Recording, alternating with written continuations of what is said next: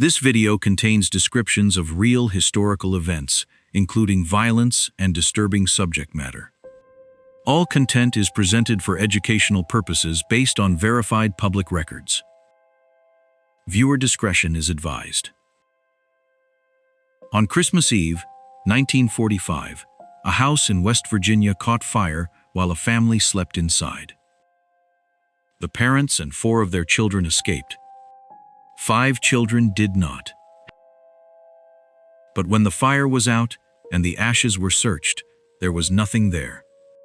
No bones. No remains. No trace of 5 children at all. Their parents would spend the rest of their lives convinced the children had never died in that fire. So what happened to the 5 Sodder children?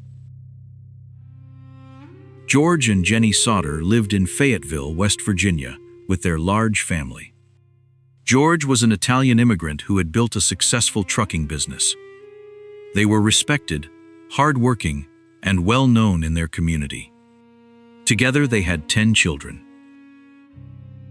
On the night of the 24th of December 1945, 9 of the 10 children were home. The oldest son was away serving in the military. It was Christmas Eve, and the younger children had been given permission to stay up late, playing with new toys. The family went to bed in stages, the parents and the youngest ones, while some of the children stayed up a little longer. Before the fire, there were strange events that the family would remember for the rest of their lives. Earlier that evening, a telephone call had come to the house. Jenny answered it. An unfamiliar woman's voice asked for a name she did not recognize. There was odd laughter in the background, and the caller hung up. Earlier still, around the holidays, a stranger had come to the house looking for work. He had wandered to the back of the property, pointed at 2 heavy fuse boxes, and told George that one day they would cause a fire. George thought it was strange, because he had recently had the home's wiring inspected and certified as safe. And another man, trying to sell the family life insurance, had reportedly become angry when George declined and warned him that his house would go up in smoke and his children would be destroyed. At the time, these were just unpleasant moments. In hindsight, the family would see them very differently, because what happened that night did not behave like an ordinary house fire. At around 12:30 in the early hours of Christmas morning, Jenny Sodder was woken by the telephone ringing again. She got up to answer it. As she returned to bed, she noticed the lights downstairs were still on, the curtains open, and the front door unlocked. She tidied these things and went back to sleep. A short time later, she woke again, this time to the smell of smoke. A fire had started near George's office area of the house and was spreading fast. George and Jenny woke the children who were sleeping nearby. 5 of them, the parents and 4 children, got out of the burning house. But 5 other children were upstairs, and they did not come down. What followed was a series of failures that the family would never stop questioning. George tried to run back into the house to reach the children upstairs, but the fire was too intense. He went for the ladder he always kept against the side of the house to climb to the upper windows. The ladder was gone. It was later found a distance away, down an embankment, where it had no reason to be. George owned 2 trucks. He tried to start them, to drive them close and climb on top to reach the windows. Neither truck would start, though both had worked perfectly the day before. Jenny tried to call the fire department, but the telephone line was dead. A neighbor who saw the fire also tried to call and could not get through. The line, it was later found, had been cut. Not burned. Cut. The local fire department, short-staffed because of the war, did not arrive until hours later, by which time the house had burned completely to the ground. The whole structure had been consumed in around 45 minutes. When morning came, the family stood before the smoking ruins of their home, certain they were looking at the grave of 5 of their children. The authorities declared that the 5 had died in the fire, their bodies completely consumed. A death certificate was issued. The case was closed. But then the searching began, and the searching found nothing. In the days that followed, the family sifted through the ashes, and so did officials. A house fire that kills children leaves remains. Bones do not simply vanish. A fire hot enough to completely cremate 5 bodies and leave nothing at all would be extraordinary, and such a fire would also have destroyed household appliances and left other signs. Yet some such items survived the blaze.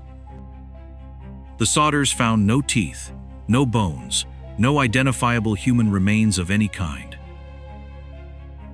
George was so disturbed by this that he later covered the entire site with earth, to preserve it as a memorial, and to stop the disturbance of what he was becoming convinced was an empty grave. Because a terrible new thought had taken hold of the family.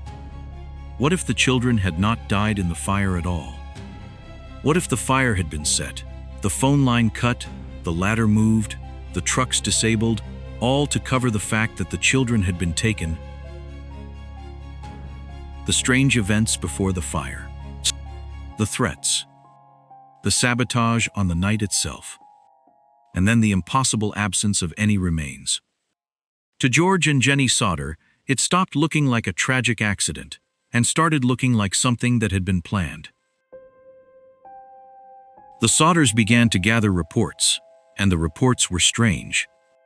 A woman who ran a tourist stop said she had seen the missing children in a passing car on the morning of the fire. A woman at a hotel some distance away said she had served breakfast to several children who matched their description, accompanied by adults who watched them closely and spoke in Italian. A bus driver recalled seeing the house and believing he saw children at the windows after the family said all 5 were trapped. The family hired private investigators. They followed lid after lid across the years, some of them across the country.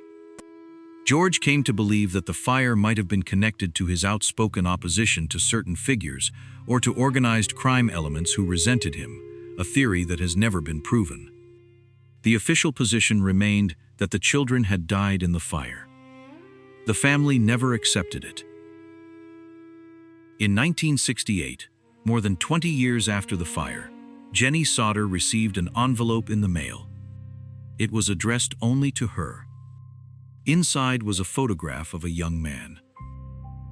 On the back was a handwritten note with a nickname and a cryptic message that seemed to hint at a hidden identity. The family was struck by how much the young man in the photograph resembled Louis, one of the missing children, as he might have looked grown up. The same brow, the same dark eyes. They tried to trace the photograph, and the trail led nowhere. But it convinced the family more than ever that at least one of their children was alive, somewhere, and perhaps being kept from contacting them. George Sodder had, by then, put up a large billboard along the highway, showing the faces of the 5 missing children and offering a reward for information. It stood for years, a roadside plea that thousands of travelers passed, asking the same question over and over. Where are they? George Sodder died in 1969, never knowing. Jenny wore black for the rest of her life and kept searching until her own death in the 1980s. One by one, the surviving Sodder siblings grew old, and most of them passed away, the youngest carrying the question into the modern era. No remains were ever found. No child was ever conclusively traced. The fire was never explained. And the case has never been officially reopened or solved. A house burned to the ground on Christmas Eve and took 5 children with it. But it left no bones, no teeth, nothing at all to bury. A cut phone line, a moved ladder, 2 trucks that would not start, and a photograph that arrived 20 years too late. For the rest of their lives, 2 parents stood beneath a billboard, asking the world where their children had gone. The world never answered. If you want to go deeper, the story of the boy in the box is waiting for you.